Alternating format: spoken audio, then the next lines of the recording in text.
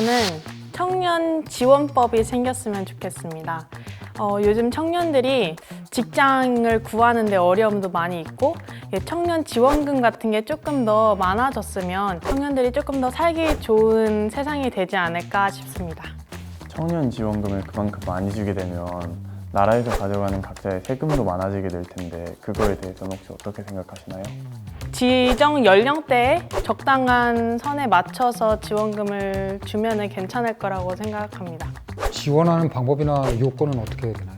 지원하는 방법은 홈페이지 같은 거를 따로 만들어서 나라에서 신청을 하는 방법으로 하면 좋을 것 같고요. 아직 자리 잡지 못한 청년들 기준으로 만 23살부터 26살 정도까지 이렇게 연령대를 딱 정해서 하는 게 맞다고 생각합니다. 자리 잡지 못한 청년이라는 기준은 어떻게 정하는 건가요? 왜냐면 자수성가를 해서 막 옷가게로 팔고 있는 사람도 어떻게 보면은 굳이 취업을 한 게 아니더라도 자리를 잡지 못한 걸로 인정이 될 수가 있는데 그런 거 관련해서 만약에 악의적으로 이용하는 사람들도 생길 수 있을 것 같아서 악의적으로 이용하면 안 되겠지만 그거는 본인의 판단에 맡기겠습니다.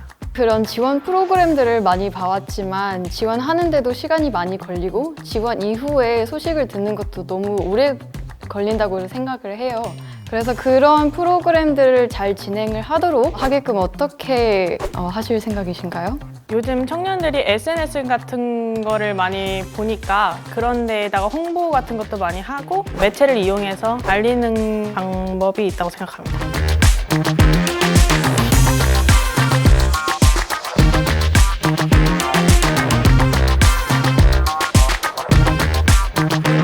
반대표가 6표가 나왔고 찬성이 1표가 나왔는데 제가 설명을 잘 못한 탓인가 안타깝기만 하고요. 청년들이 살기 좋은 이 나라가 돼서 조금 더 발전할 수 있지 않을까라는 생각에 이 법안을 제시했는데 안타깝게 되었습니다. 청소년 교육환경보호법을 발의합니다.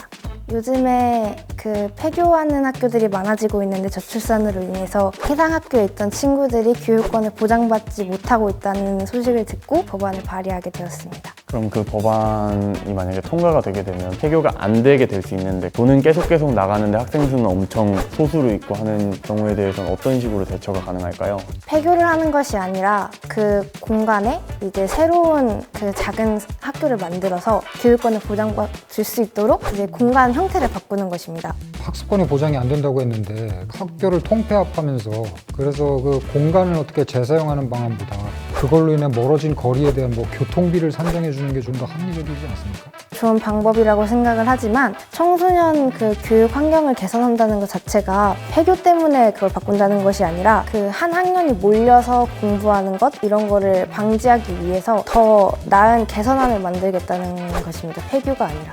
그 필요성을 조금 더 알려주시겠어요? 직접 경험하신 것도 말씀해 주셔도 되시고요. 제가 90명 정원으로 학교를 들어가게 되었는데 졸업할 때쯤에는 20명으로 줄어들어서 학교가 폐업할 위기에 처해가지고 더욱 필요성을 느꼈습니다. 그래서 발의하게 되었습니다.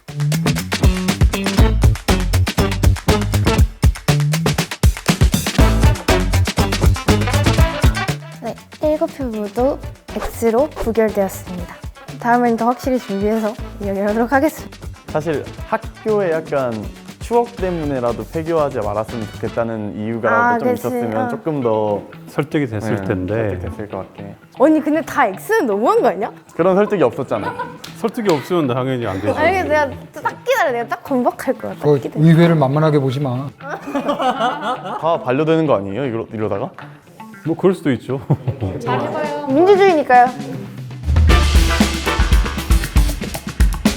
저는 최근 교사들의 훈육권이 전혀 보장되지 않는 점에 대해서 법안을 발의하고 싶은데요. 사실 최근에 초등학생 아이가 무단조퇴를 시켜주지 않는다고 교감 선생님이 뺨을 때린 기사가 있었는데 그때 교감 선생님은 아무런 훈육도 하지 못하고 그대로 뒷짐만 지고서 뺨을 맞는 영상을 직접 봤었어요. 물론 훈육이 이제 과거 예전에 있던 훈육처럼 좀 심한 체벌이 이루어진다거나 하면 안 되겠지만 그럼 부당하지 않고 정당한 훈육이라고 한다면 그 점은 충분히 보장돼도 된다고 생각합니다. 그래서 예를 들면 부당하다고 했을 때 법으로 넘어가서 부당함이 좀 더 증거가 확실하고 했을 때 어느 정도의 교사 자격 정지 기간을 부여를 하다가 그 기간이 일정 기간 이상이 넘어가면은 교권 자체를 박탈하는 식의 해결 방안을 두면은 괜찮지 않을까라고 생각을 해서 이 법안을 발의하게 되었습니다. 제도의 취지는 알겠는데 그걸 실행할 수 있을 그 실효성에 대해서는 어떻게 생각하시는지요? 저는 초등학교, 중학교 때까지만 해도 훈육이 존재했었던 학교였고, 근데 이제 고등학교로 넘어가면서부터 갑자기 뚝 하고 끊긴 게 없지 않아 있었는데, 1차적으로 학교 내부에서 학급 재판이나 아니면 선생들의 재판을 통해서 어느 정도 과반수 이상이 판결이 나면 그때 이제 실제 재판으로 넘어가도 충분히 그러면 억울함도 풀리지 않을까라고 생각합니다. 그럼 학급 재판이 선생님들끼리 일어나는 건가요? 아니요, 학생들끼리도 할 수도 있고 학부모나 선생들도 참여할 수 있습니다. 우선 지금은 최선으로 생각해 본 게 과반수 이상의 투표가 이루어졌을 때라고 생각을 하고, 사실은 예전에는 훈육의 문화가 있다가 지금은 많이 교권의 그런 하락으로 인해서 많이 없어졌다고 말씀하셨는데 그 짧은 시간 동안에 왜 그렇게 바뀌었다고 생각하세요? 부당한 훈육도 충분히 존재했기 때문이라고 생각을 하는데요. 그리고 사실 저는 조금 하락했다고 얘기한 이유가 학부모들의 과잉 보호도 어느 정도 포함이 되어 있다고 생각을 해서 너무 학생들을 훈육하지 않고 오냐오냐 키워야 된다는 그런 생각 속에서 일어난 일이라고 생각합니다, 저는.